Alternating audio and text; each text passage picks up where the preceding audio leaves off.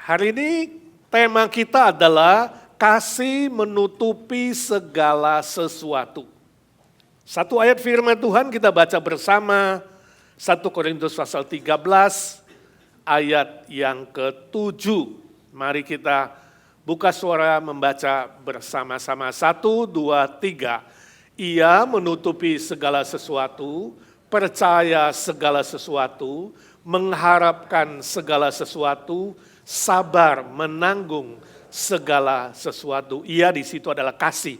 Kasih menutupi segala sesuatu, percaya segala sesuatu, mengharapkan segala sesuatu, sabar menanggung segala sesuatu.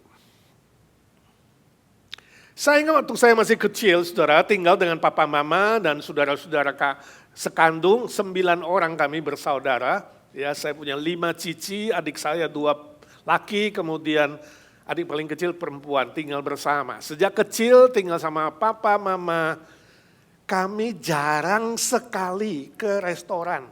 Bisa dihitung. Mungkin setahun hanya 1 atau 2 kali acara-acara khusus saja.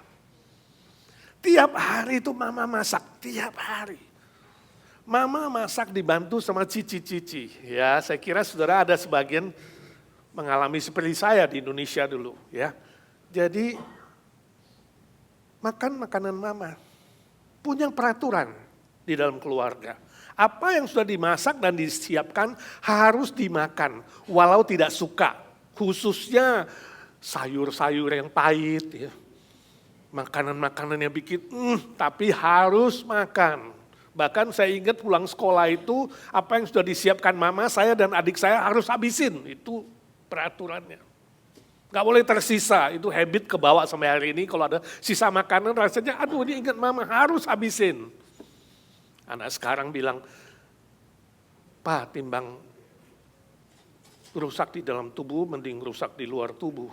Jadi kalau gak suka, habis dibuang. Ya.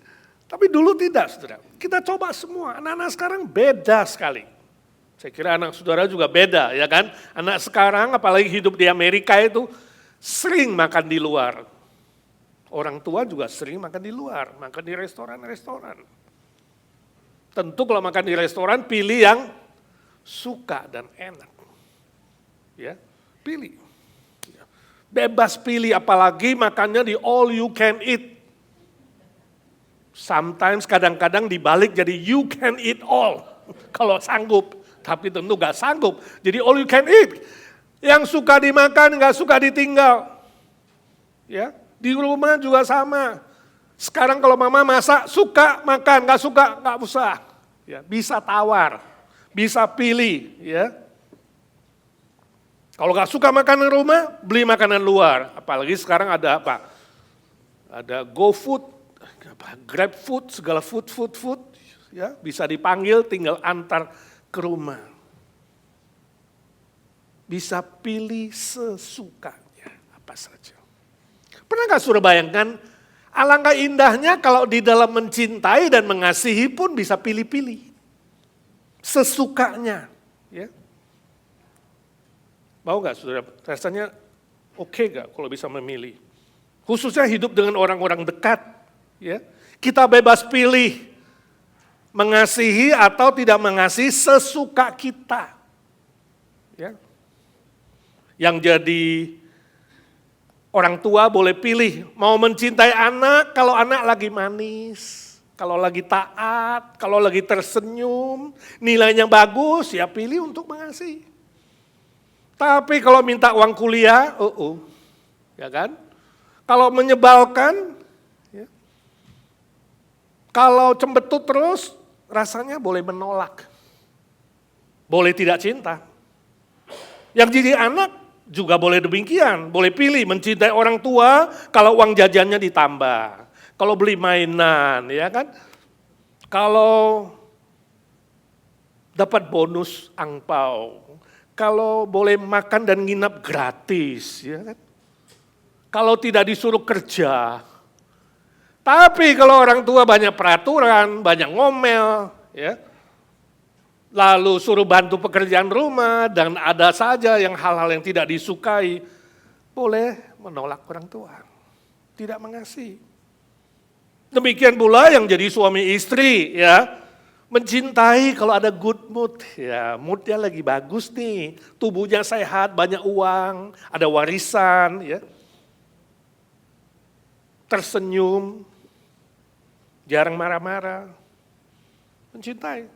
Tapi kalau lagi menjebalkan, sakit, ya, mertua tidak bersahabat misalnya, kalau ngambek, kalau uring-uringan, kalau sedih melulu, banyak kerjaan rumah, banyak menuntut A dan B, ya boleh menolak, tidak mengasihi.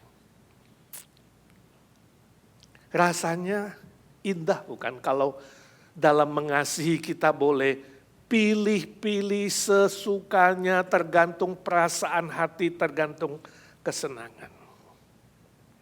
Tadi teks yang kita baca 1 Korintus 13 memberi kita satu ayat yang unik sekali. Kasih itu menutupi segala sesuatu, percaya segala sesuatu, mengharapkan segala sesuatu, sabar menanggung segala sesuatu. Coba saudara bayangkan ketika Rasul Paulus menuliskan definisi kasih yang sudah kita pelajari sebelumnya dari ayat 4, dia bilang, dan dia nulis itu, kasih itu sabar, kasih itu murah hati, kasih tidak cemburu, kasih tidak memegahkan diri dan tidak sombong, kasih tidak melakukan yang tidak sopan, dan kasih tidak mencari keuntungan diri sendiri, kasih tidak pemarah, kasih tidak menyimpan kesalahan orang lain, kasih tidak bersuka cita karena ketidakadilan, tapi karena kebenaran. Sampai di situ definisinya udah banyak loh, betul gak? Dia stop sebentar. Lalu dia berpikir, apakah sudah cukup? Definisi kasih yang sejati itu sudah cukup belum? Dia berhenti. Saya lagi imagine. Dia menunggu inspirasi Roh Kudus untuk menuliskan kalau masih ada. Mungkin dia bertanya, Tuhan udah cukup belum ini? Definisi kasih udah banyak nih. Tapi jawabannya ternyata tidak cukup. Roh Kudus masih memberi dia inspirasi dan dia meneruskan ayat yang ke-7 setelah menulis ayat 4 sampai 6. Dan ini yang ditulisnya, kasih itu menutupi segala sesuatu, percaya segala sesuatu, mengharapkan segala sesuatu, sabar menanggung segala sesuatu. Ada istilah segala sesuatu, Yunaninya panta, segala sesuatu, muncul 4 kali saudara. 4 kali berarti sangat-sangat penting. Panta, segala sesuatu di situ artinya segala hal, segala waktu, segala keadaan, segala yang baik dan benar. Ini konsep cinta menurut Tuhan. Ini konsep kasih menurut Tuhan, kasih agape, kasih ilahi yang selalu baik dan benar dan tidak terbatas oleh waktu, oleh situasi, oleh mood, oleh perasaan, ya, oleh keadaan, oleh perkara apapun.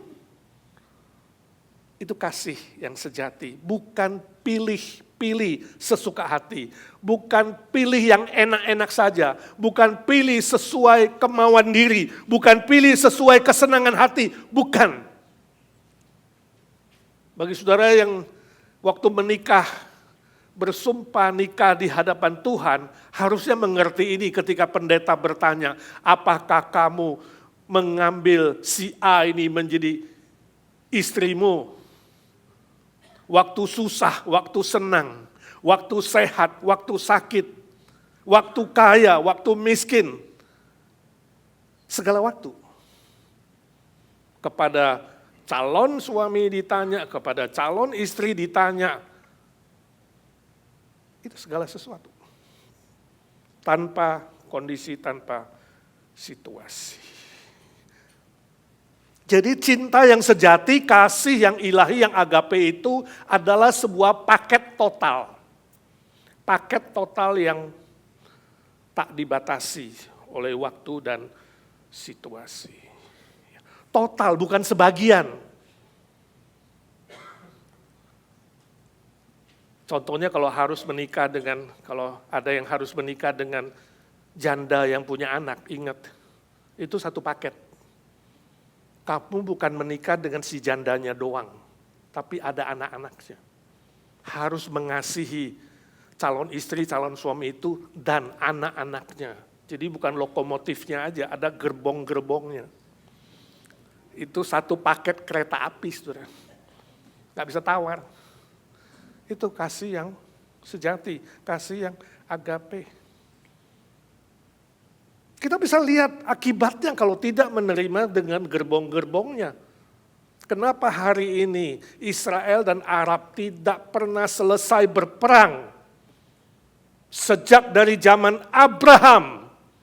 Sebab Abraham melakukan kesalahan mengusir Hagar dan anaknya Ismail.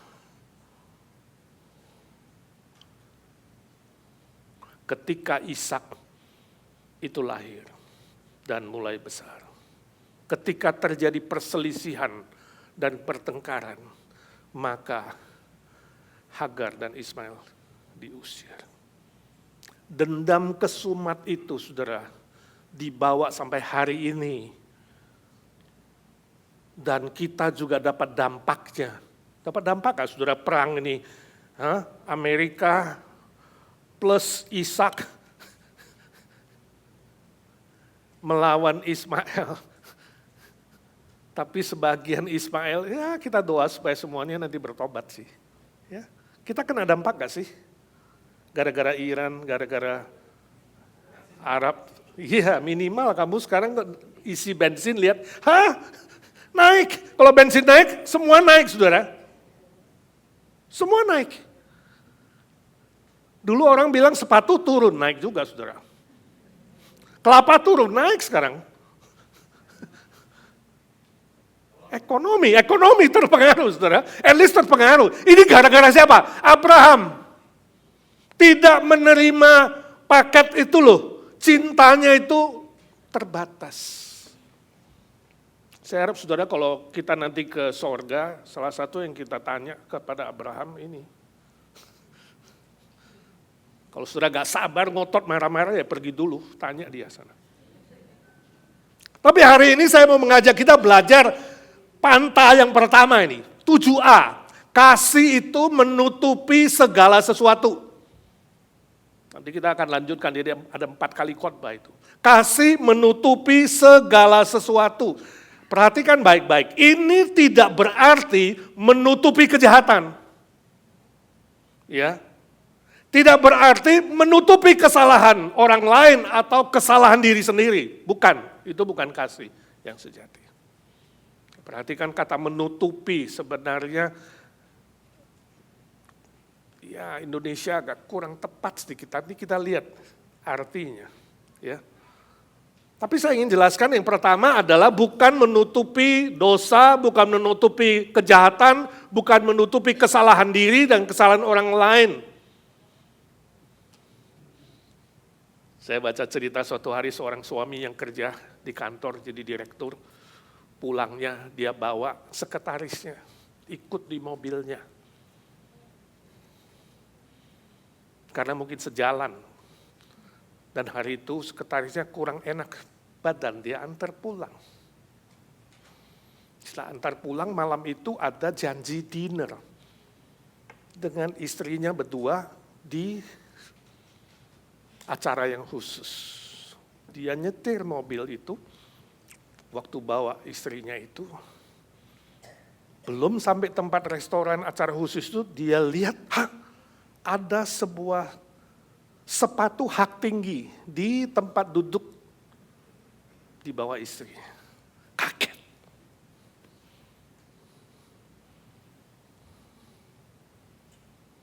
Sambil nyetir, kaget, sebelum masuk ke parkir, istrinya tidak lihat, dia ambil sepatu itu, dan dia buka jendela, dia lempar keluar. Tutup lagi jendela. Parkir dengan baik. Setelah parkir, dia siap-siap turun, istrinya kelihatan sedang mencari-cari sesuatu. Lalu istrinya bilang, sayang, kamu lihat gak ya sepatuku yang satu sebelah kiri di mana?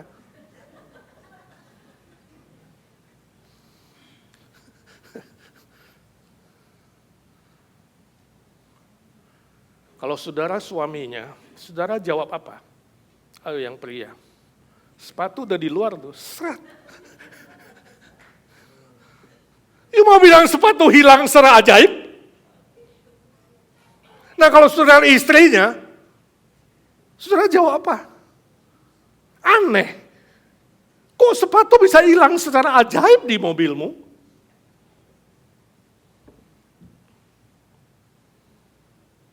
Terlepas dari istrimu suka cemburu, kamu tidak cerita, ya nggak ada apa-apa kok kalau tanya suami, kok nggak ada apa-apanya. Ya istri cemburu dan lain sebagainya. Tapi kasih yang sejati tidak menutupi kesalahan diri, itu poinnya.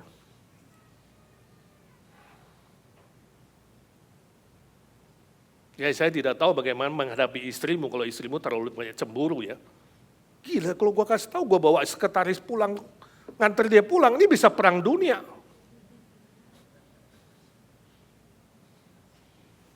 Tapi poinnya di situ menutupi segala sesuatu adalah hal yang baik dan benar. Kalau ada salah, harus bertobat, harus berubah. Bukan menutupi kesalahan diri maupun kesalahan yang lain.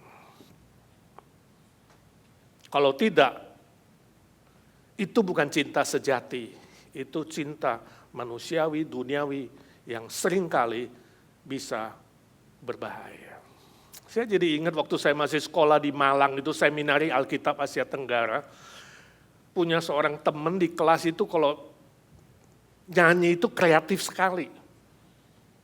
Nah kami itu tiap weekend ngajar anak-anak sekolah minggu. Ada lagu yang namanya Anak-anak Kecil, Tuhan Cinta. Nah ini teman saya improvisasi lagu itu. Ya, Saudara pernah bisa nyanyi lagu itu gak?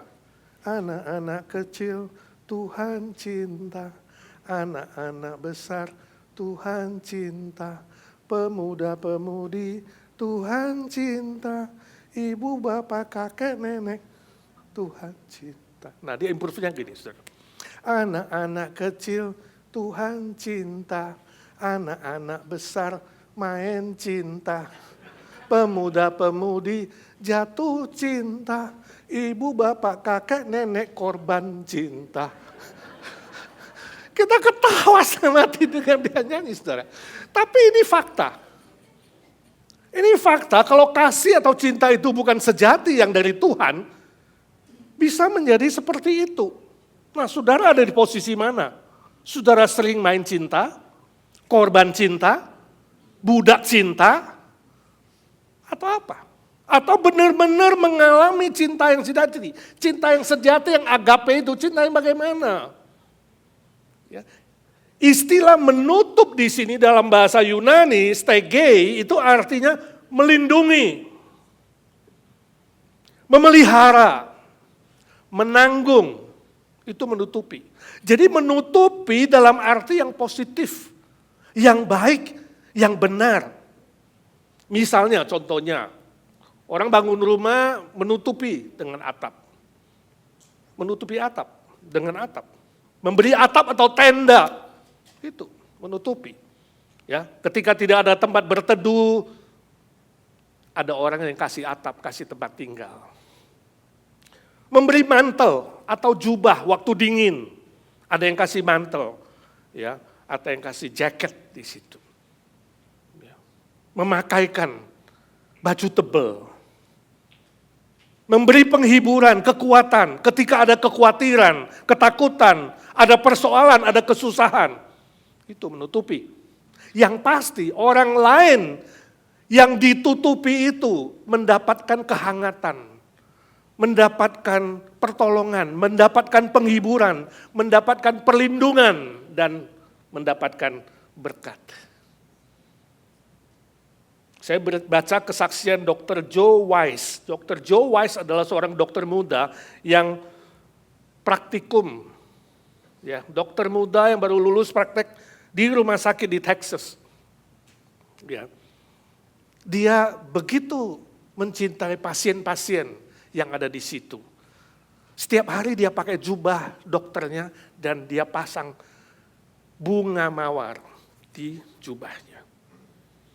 Orang yang takut dihibur, orang yang gelisah dihibur, orang yang sakit dibantu, ditolong. Sampai di rumah sakit itu dia terkenal dipanggil dokter bunga mawar. Jangan setiap hari pakai rose itu bunga mawar di jaketnya. Nah, suatu hari ada seorang wanita muda yang kena kecelakaan. Dia masuk ke rumah sakit itu dan harus segera dioperasi, ketakutan. Teriak-teriak, takut karena mau dioperasi. Ya, luka parah. Dr. Wise datang, dia membuka jubahnya. Dia menghibur wanita itu, dia cover dia, luka-lukanya, dan membantu mendorong. Siap dioperasi. Sampai di pintu operasi tentu gak boleh jubahnya masuk, dia harus bawa keluar. Waktu dia mau ambil jubahnya, wanita itu bilang, bolehkah aku minta bunga mawarnya untuk aku pegang? Sebab tadi dia dapat penghiburan kekuatan. Di dalam ruang operasi, dia diizinkan. Jadi dalam ruang operasi, wanita itu pegang setangkai rose itu. Dan puji Tuhan, operasi sukses. Dia keluar, masih memegang rose itu. Pengalaman itu tak terlupakan oleh wanita itu. Dan setiap hari setelah sembuh, dia datang memvisit Dr. Joe Wise. Dengan setangkai bunga mawar. Indah sekali saudara, ya, indah sekali. Permisi tanya, pernahkah saudara menerima jubah cinta seperti itu? Ya. Pernahkah saudara dipakaikan, ya, ditutupi dengan jubah cinta seperti itu? Misalnya waktu mau ujian, kamu takut, lalu ada guru yang menghibur kamu, mengajarin kamu. Waktu kamu difitnah atau diejek, ada teman yang datang membela kamu, menghibur kamu. Waktu kamu sedih dan kecewa, ada orang yang menghibur, menguatkan dan mendoakan. Ya. Waktu kamu putus asa, ada orang yang memberi kamu semangat. Waktu sedang khawatir dan takut, ada orang tua yang call, ada teman yang kemudian menghibur, memberikan ayat-ayat yang membangun dan menghibur saudara. Itulah kasih agape. Itulah kasih ilahi, itulah kasih yang menutupi itu, melindungi, menghibur, dan menguatkan. Bila saudara pernah menerima jubah cinta dari Tuhan, Tuhan Yesus yang sudah memberi jubah cinta itu padamu, maka engkau pasti akan dimampukan memberi jubah cinta itu juga menutupi, melindungi, menghibur orang lain. Itu logikanya. Karena kamu punya jubah cinta itu. Kecuali kamu belum pernah menerimanya. Masih ingatkah saudara ketika Adam dan Hawa berdosa dan memberontak kepada Allah? Apa yang Allah lakukan? Mengusir? No. Allah mengasihi mereka. Memberikan seekor anak domba yang disembelih. Lalu kulit domba itu dijadikan pakaian. Dan Allah memakaikan kepada mereka. Sebelum meninggalkan Taman Eden. Pakaian dari kulit domba itulah simbol, lambang dari Yesus Kristus yang akan datang di perjanjian baru. Sebagai anak domba yang sempurna, yang berkorban mati bagi kita. Kasih yang sempurna. Itu yang dijanjikan Tuhan dalam Kejadian pasal 3. Dan kemudian digenapi. Itu yang kemudian diberitakan oleh Yesaya tadi ayat pembimbing yang kita baca. Aku bersukaria di dalam Tuhan, jiwaku bersorak-sorai di dalam Allahku. Sebab Dia mengenakan pakaian keselamatan. Mengenakan, menutupi dengan pakaian keselamatan. Menyelubungi aku dengan jubah kebenaran, menyelubungi. Mengenakan perhiasan, mengenakan, itu menutupi. Ya. Memakaikan perhiasan, luar biasa. Setelah buat pakaian domba itu, Tuhan gak lempar, hei Adam Hawa, ini loh, bread. No. Allah sendiri memakaikan kepada Adam dan Hawa sebagai simbol cinta kasih-Nya yang menutupi, melindungi, menghibur, mengampuni. Itu simbol dari pengampunan, penghiburan, dan keselamatan di dalam Yesus Kristus. Permisi tanya, sudahkah engkau menerima itu? Jubah cinta dari Tuhan. Kalau belum, hari ini sungguh-sungguh katakan, ya Tuhan Yesus terima kasih. Kematian-Mu dan kebangkitan-Mu memberi aku keselamatan. Ibarat pakaian keselamatan itu, ya Tuhan, jubah cinta itu, aku mau menerimanya. Tapi kalau kau sudah menerimanya, mengatakan sudah, berikan kepada orang lain.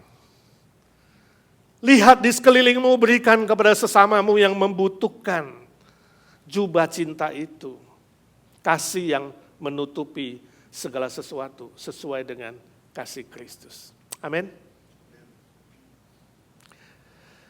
Saya ingat waktu dulu di gereja yang lama, 19 tahun yang lalu. Kami ada perbedaan teologi atau doktrin berbeda. Doktrin yang cukup mendasar.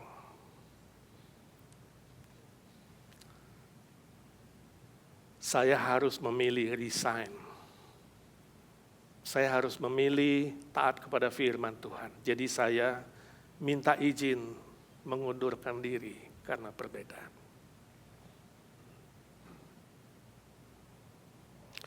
Para pemimpin gereja tidak senang bereaksi seperti memusuhi.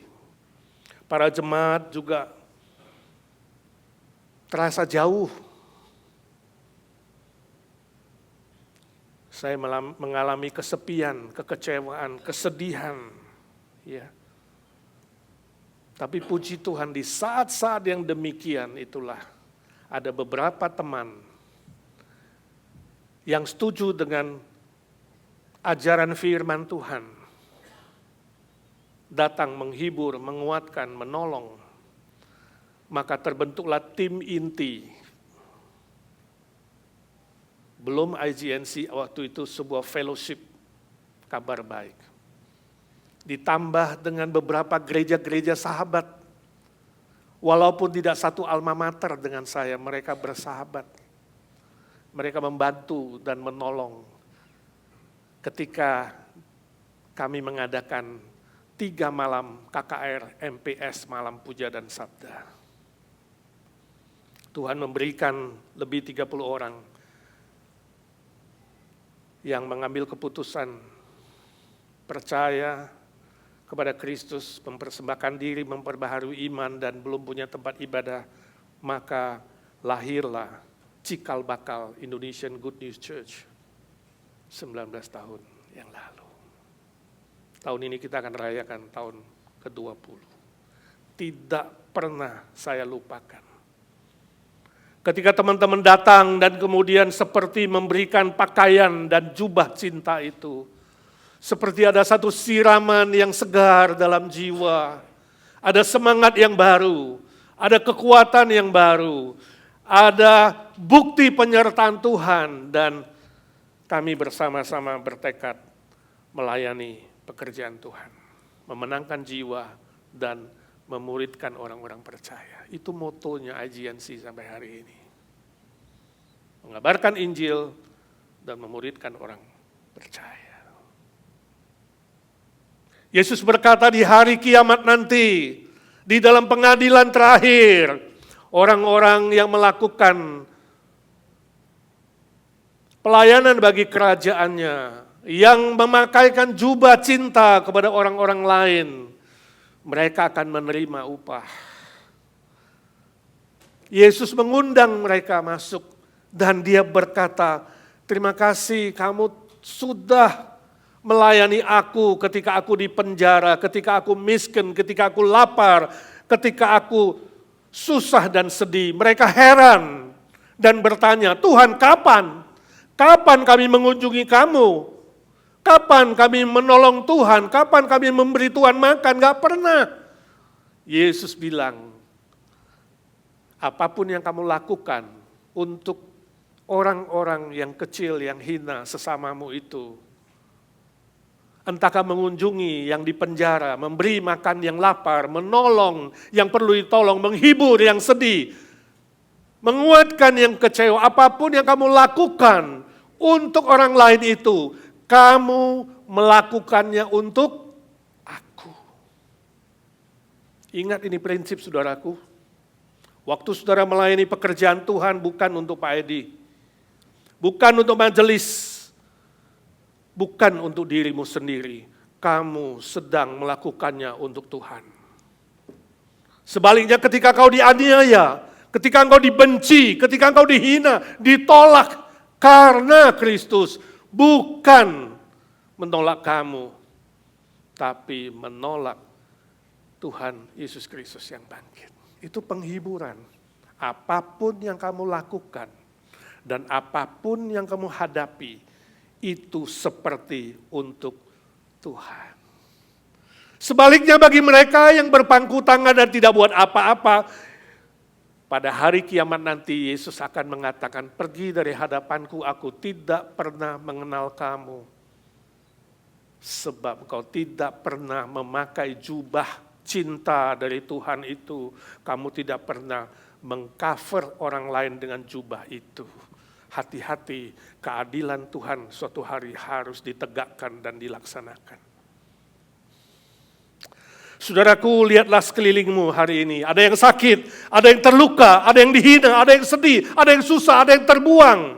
Ada yang butuh bantuan. Jangan tutup mata, buka hati. Dan kemudian pakaikan jubah cinta, mantel cinta itu kepada mereka. Demi Kristus, demi kerajaannya dan kebenarannya. Mulai dari keluargamu, suami, istri, mertua, menantu, anak, cucu, dan saudara-saudara seiman dan orang-orang lain. Amin. Saudara tahu apa yang terjadi setelah wanita itu tiap hari mengantarkan, memberi sekuntum bunga kepada dokter Joe Wise yang lebih dulu mengcoverkan jubah cinta itu, lama-lama jatuh cinta. Witing tresno jalaran soko kulino, kata orang Jawa. Sering-sering ketemu, sering-sering cinta, lama-lama cinta. Mereka menikah. Punya anak, Harold namanya. Ketika usia pernikahan ke-40, Harold bersaksi, tidak ada satu hari tanpa bunga mawar. Sang istri setiap hari memberi sekuntum mawar kepada suaminya.